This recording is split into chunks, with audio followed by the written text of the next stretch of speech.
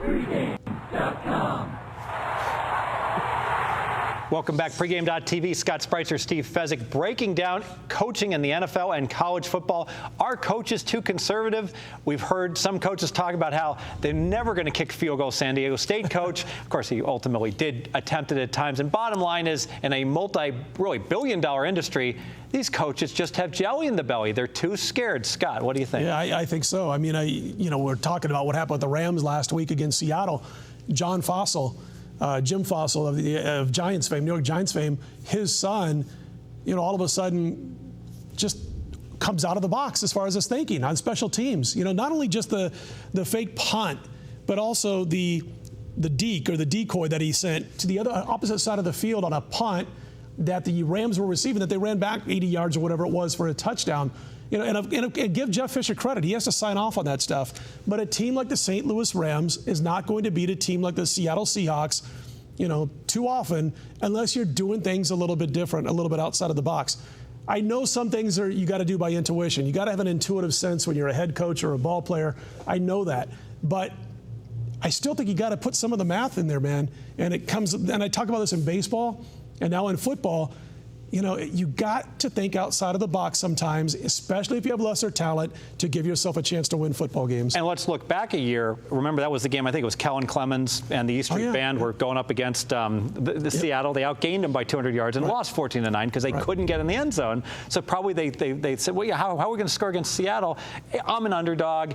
I'm a 6.5-point underdog. I'm supposed to lose the game. Let's roll the dice. Let's take our chance. I can understand if a team's a 10-point favorite, maybe a little more by the book, be a little more conservative, especially with the lead. But why coaches don't embrace this, probably the poster child, Scott, that drives me personally crazy.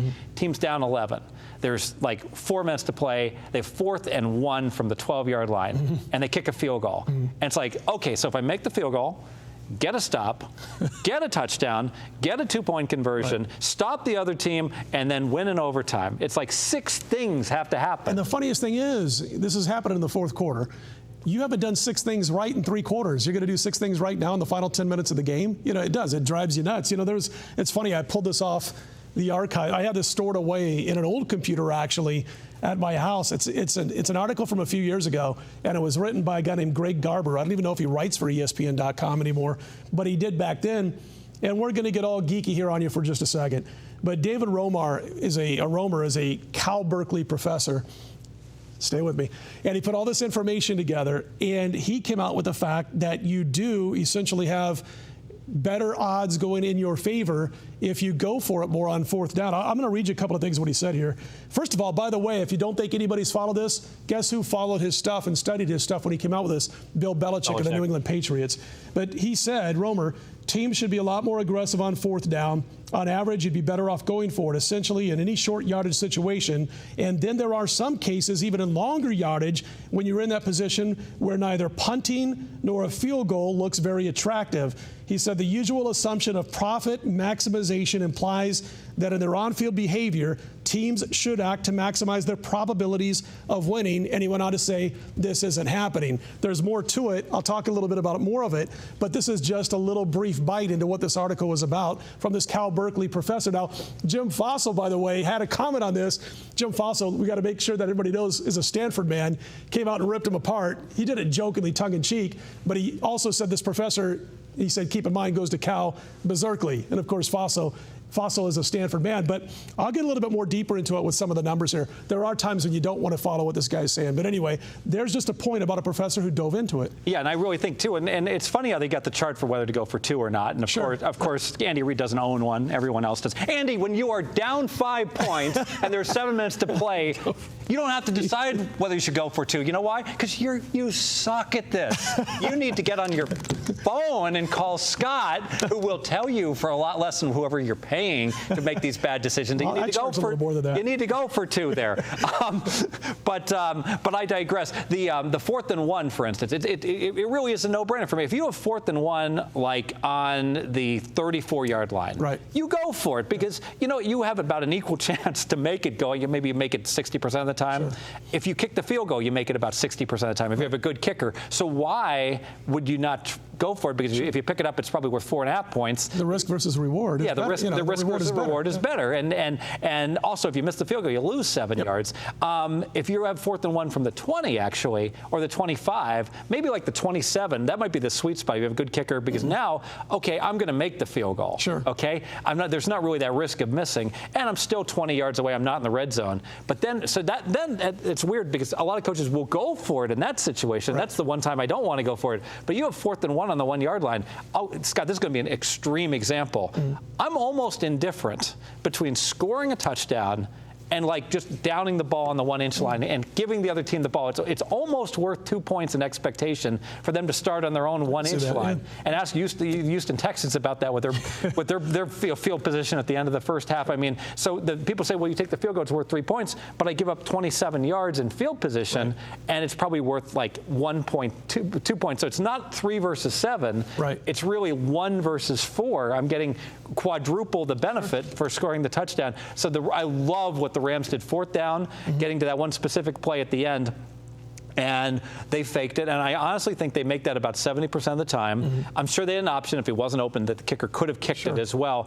And you look no further, we talk about this, to the opposing coach. What's the first thing the opposing coach does? He's looking for a penalty. He's looking for the officials. He's screaming and yelling. And he's so upset. He's so angry because he knows, that's going to cost me. Yeah. Exactly. No, I totally agree with everything you just said. You got some more stats? Yeah, I do, by the way. I wanted to throw this out there. And by the way, Bill Walsh, in his later years, and I think it was after he was done coaching, also looked at this guy's stuff. And he said, for the most part, he agrees with it, but he thinks a little bit more intuitiveness has to be thrown in to the mix also, which is what I agree with. But here's what he came up with when he did all this work. It said, a team facing 4th and goal within 5 yards of the end zone is better off on average trying for a touchdown. I think we both agree with that. At midfield, on average, there is an argument to go for any 4th down within 5 yards of a first down. He then went on to say, and this is the one I have a hard time with, even on its own 10-yard line, 90 yards from the end zone, a team within 3 yards of a first down is marginally better off, on average, going for it. He went on to say 1,100 instances where teams have had more to gain in Romer's estimation by going for it. They did so only 108 out of 1,100 times, so they're only on board about 10% of the time.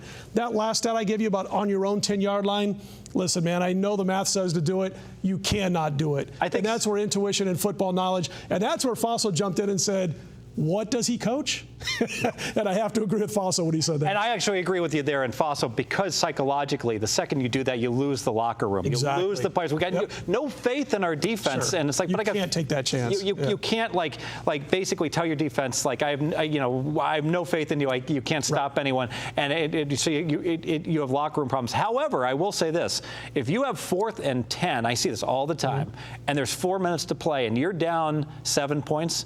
Heck, there's teams down 10 and they punt. Sure. You have to go. It's like, and you want to start screaming at the other team and say, you might not even get the ball back. Right. And even if you do, I almost assure you're going to have to convert a 4th and 8 along the way anyways. So why are we so transfixed, Scott, into saying the belief of let me stay in the game. Let me stay in the game. It's almost like a poker player. I want to last longer, so I'm going to keep folding away till I have 3 big blinds left. It's like you're going to have to go all in with 2 crappy cards eventually. You may as well, you got your Jack 9 suited, your first in, throw the chips in, and let's take our chance now, right? I don't disagree at all. I'm completely on board with this. The only thing, like I said, is I'm not going to go for it on 4th and 10 at my own 10-yard line. But no, I agree. Rocky Long was going to do this with San Diego State. I think you mentioned that at the top of this. And he did a little bit at the start of his first. He took over for Brady Hoke at San Diego State when Hoke went on to Michigan. And he did it a couple of times, and there was some success. And then he just quit. I think the pressure is just too great that you do make a bonehead 4th down decision, even though all the math says percentages are on your side.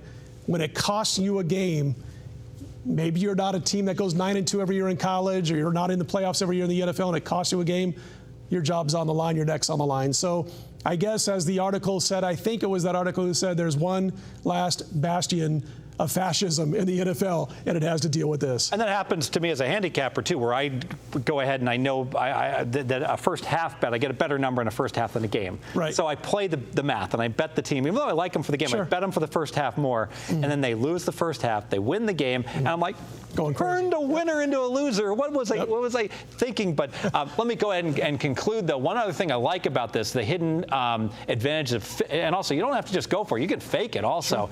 But you fake a lot of field field goals, you fake a lot of punts, you fake a lot of fourth downs. You know what that's going to happen? What's going to result from that? I guarantee you, the St. Louis Rams, they ain't going to get no more field goals blocked, and they're not going to get any more punts blocked because every other team's going to be paranoid that it's a fake, and they're going to be so careful after all this.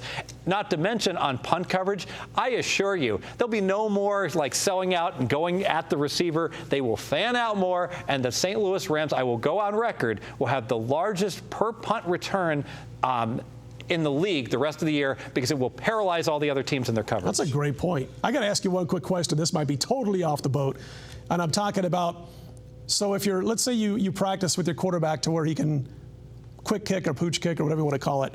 So if you're on the 50 or in, deeper into the other team's side of the football field, on fourth down and whatever, as long as you're in positive yardage situations of the side of the 50, do you drop him back in a shotgun, which most quarterbacks play now anyways, but you have him in a shotgun, and then he oversees what the defensive set is on fourth down, and if it looks like you're stuck, you pooch it with your quarterback. Brilliant. Why not? Why not? And further to that, I think one thing we're going to see, and we've seen it in college football, if you don't have a good punter, you should never be punting the ball traditionally. You should just bounce it down the field, especially in the Midwest where the weather's crappy. Yeah. It's like every time, how often do you see you always get a 38-yard net punt? Oh, yeah. Why? Like you look at Northwestern, okay, they don't want to kick it to the Nebraska kick return. Fine, just bounce it along, sure. and the risk of fumble trying to scoop it up. And I actually think, Scott, like 20 years from now, that might be the default on punting, is to go and punt it that way, and a lot less chance to get it blocked also because when you're going sideways. So just out of the box thinking. So definitely. Thanks for joining us on our discussion on coaches and what they can do right and what they can do wrong. I'm going to be a little fair to the coaches though.